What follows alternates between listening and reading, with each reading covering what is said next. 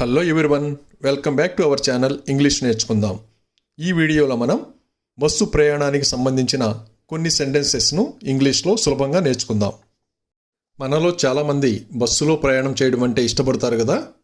ఉదాహరణకు, నాకు బస్సులో ప్రయాణం చేయడం ఇష్టం. దీన్ని ఇంగ్లీష్లో I like to travel by bus, I like to travel by bus అంటాం.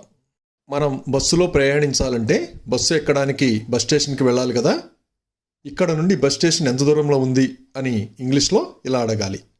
How far is the bus station from here, how far is the bus station from here. అలాగే బస్ స్టేషన్ నడిచి వెళ్ళేంత దూరంలో ఉంది. దీన్ని ఇంగ్లీష్లో the bus station is within walking distance, the bus station is within walking distance అని చెప్పాలి. మనం దూర ప్రాంతాలకు ప్రయాణం చేయాలంటే టికెట్స్ ముందుగా బుక్ చేసుకుంటాం కదా. ఉదాహరణకు, మా నాన్న టికెట్స్ బుక్ చేశారు.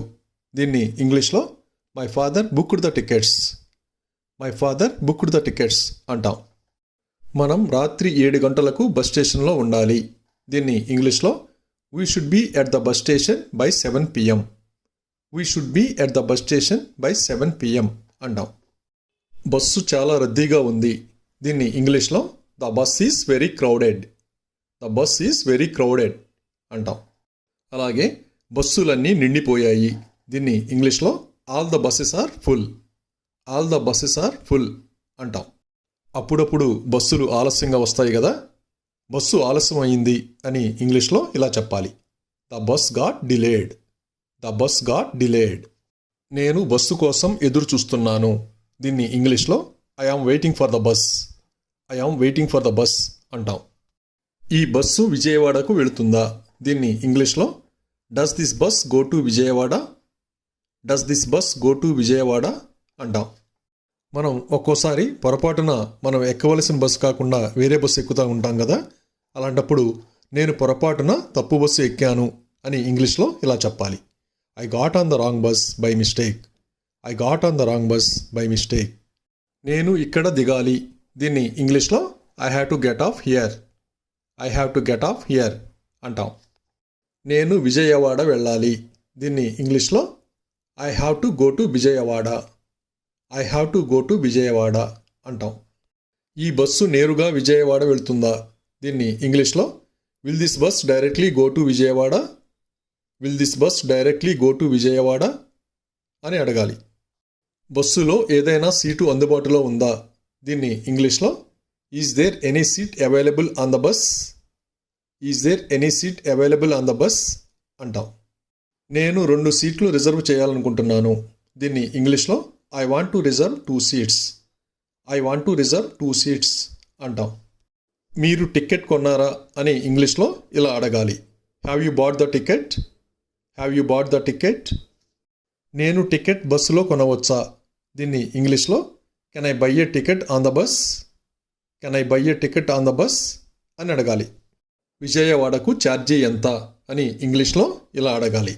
How much is the fair to Vijayawada, how much is the fair to Vijayawada. Bus ఎప్పుడు బయలుదేరుతుంది.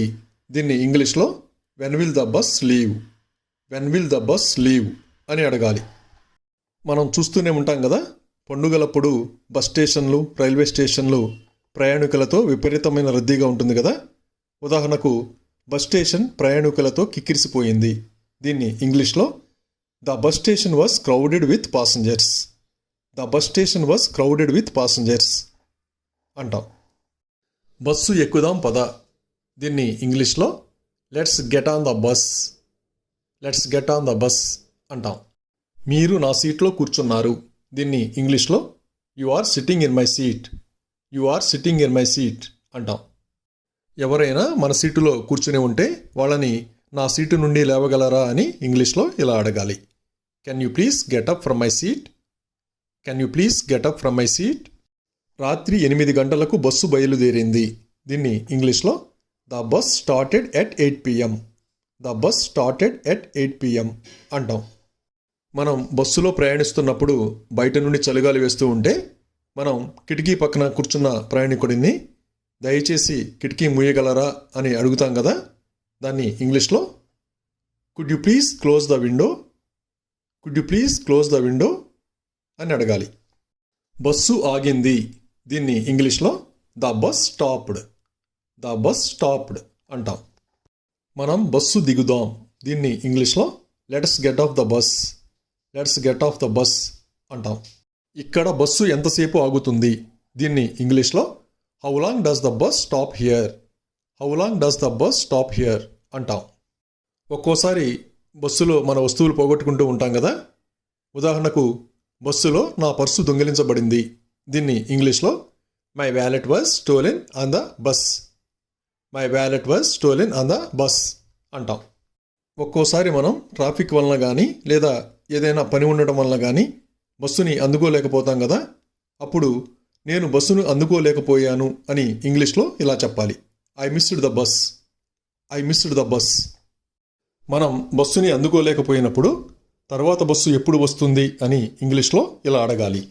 When will the next bus arrive. When will the next bus arrive. Bus ప్రయాణం ఆహ్లాదకరంగా సాగింది అని ఇంగ్లీష్లో ఇలా చెప్పాలి.